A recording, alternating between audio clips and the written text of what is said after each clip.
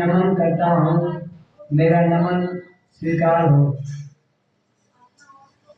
इस कालखंड के महामानव हरेंद्रानंद भैया एवं सत्य स्वरूपा नीलम दीदी के चरणों में मैं नमन करता हूँ, मेरा नमन स्वीकार हो। इस चर्चा स्थल पर आए हुए तमाम गुरु भाई गुरु बहन को भी मैं कोटि कोटि नमन करता हूँ, मेरा नमन स्वीकार हो। आइए मंच संचालक कर्ता की ओर से मुझे चर्चा करने का आदेश मिला है। मैं चर्चा लेके आप सबों के बीच गुरु के चरणों में समर्पित हूँ। आइए हमारे मंच संचालक की ओर से चर्चा का आदेश मिला है। मैं चर्चा लेके आप सबों के बीच समर्पित हूँ। दीदी, आप सभी लोग जानते हैं कि हमारे हरेंद्रानंद भैया बहुत कठिन परिश्रम करके ये 3 सूत्र हम सबों के बीच कल्याण करने के लिए ये 3 सूत्र ला के दिए। जो 3 सूत्र हम लोग करते हैं और अपने जीवन में सुख संपत्ति ढेर सारा चीज हमको गुरु देते हैं। सिर्फ उनका दया मांगना, चर्चा करना और 108 बार गुरु का नमन करना, यही 3 काम करते हैं गुरु का। और जहाँ जहाँ भी चर्चा होता है वहाँ पर हम सभी लोग पहुँचते हैं और गुरु का कार्य करते हैं। गुरु का कार्य बस ये 3 सूत्र पर ही है निर्भर। ये 3 सूत्र करते जाइए, आपके जीवन में, आपके घर में अपार संपत्ति आता रहेगा, ना कोई दुख होगा, ना कोई तकलीफ रहेगा। बस इसीलिए गुरु का कार्य करते रहिए। गुरु का कार्य में कभी भी कमी मत कीजिए। जहाँ भी चर्चा हो, अगर आपके कानों में आवाज आ गई कि फलाना दीदी की यहाँ चर्चा है, तो आप वहाँ अवश्य जाइए। जितने देर हो, आधे घंटा, 1 ही घंटा, जितना समय मिलता हो उतना समय आप अवश्य दीजिएगा। क्योंकि जैसे हम अपने बाल बच्चे को कहाँ भेजते हैं पढ़ने के लिए दीदी? स्कूल। क्यों भेजते हैं? कि बच्चे के अंदर ज्ञान हो, पढ़े लिखे, बड़ा होकर नौकरी करे, तब न उसका माँ बाप सुख करेगा। इसलिए बच्चे को स्कूल भेजा जाता है। तो ठीक उसी प्रकार हम लोग का ये दीदी क्या है? पाठशाला है। इस पाठशाला में हम लोग आकर के गुरु के वाणी को सुनते हैं और अपने जीवन में उतारते हैं। यहाँ पर आप आइएगा, गुरु का विद्यालय में पहुंचिएगा, तभी आपका हाजिरी बनेगा। और जब हाजिरी बन जाएगा तो फिर आप क्या है? स्वतंत्र है। फिर कहीं कोई तरह का आपको दिक्कत नहीं है।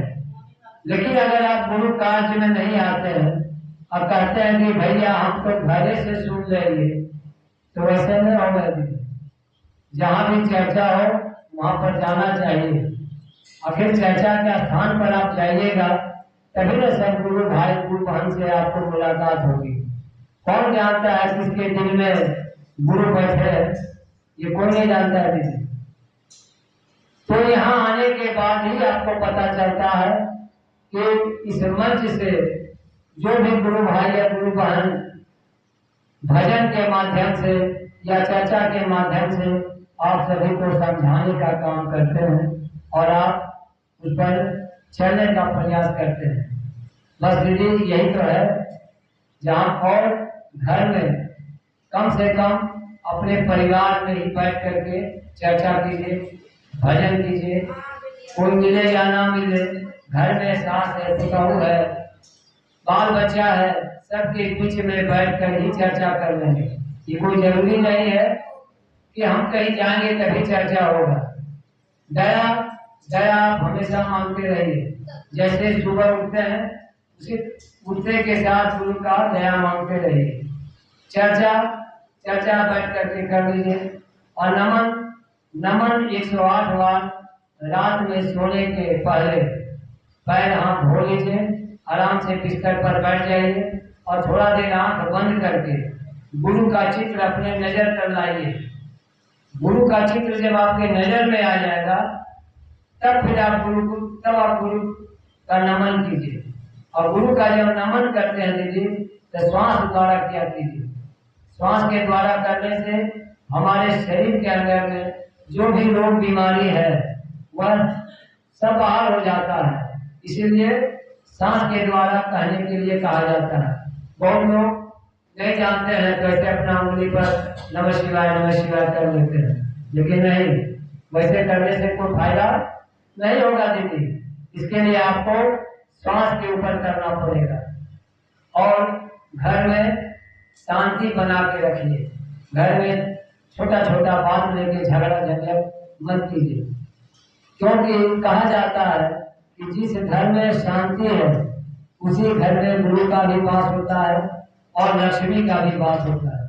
और जिस घर में देख लीजिए सुबह उठते ही अगर झगड़ा झंझट हो रहा है वह घर कभी भी शांति नहीं रहेगा, चाहे गुरु का चर्चा करे या गुरु का शिष्य क्यों नहीं बन जाए, क्योंकि उसके घर में शांति नहीं होगा।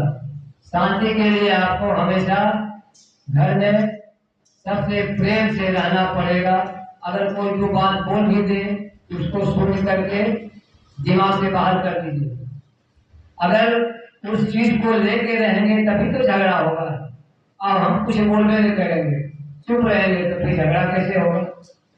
तो झगड़ा दोनों तरफ से होता है दीदी। अगर एक आदमी चुप हो जाएगा तो फिर झगड़ा वहीं खत्म हो जाएगा। बस यही सब है, यही सब करते रहना है। और गुरु को हमेशा ध्यान में रखिए, दया मांगते रहिए, चर्चा करते रहिए और 108 बार गुरु का नमन कीजिए। बस इन्हीं शब्दों के साथ मैं अपने वाणी को विराम देता हूँ। और फिर से आए हुए तमाम गुरु भाई गुरु बहन को मैं कोटि कोटि नमन करता हूँ। मेरा नमन स्वीकार हो।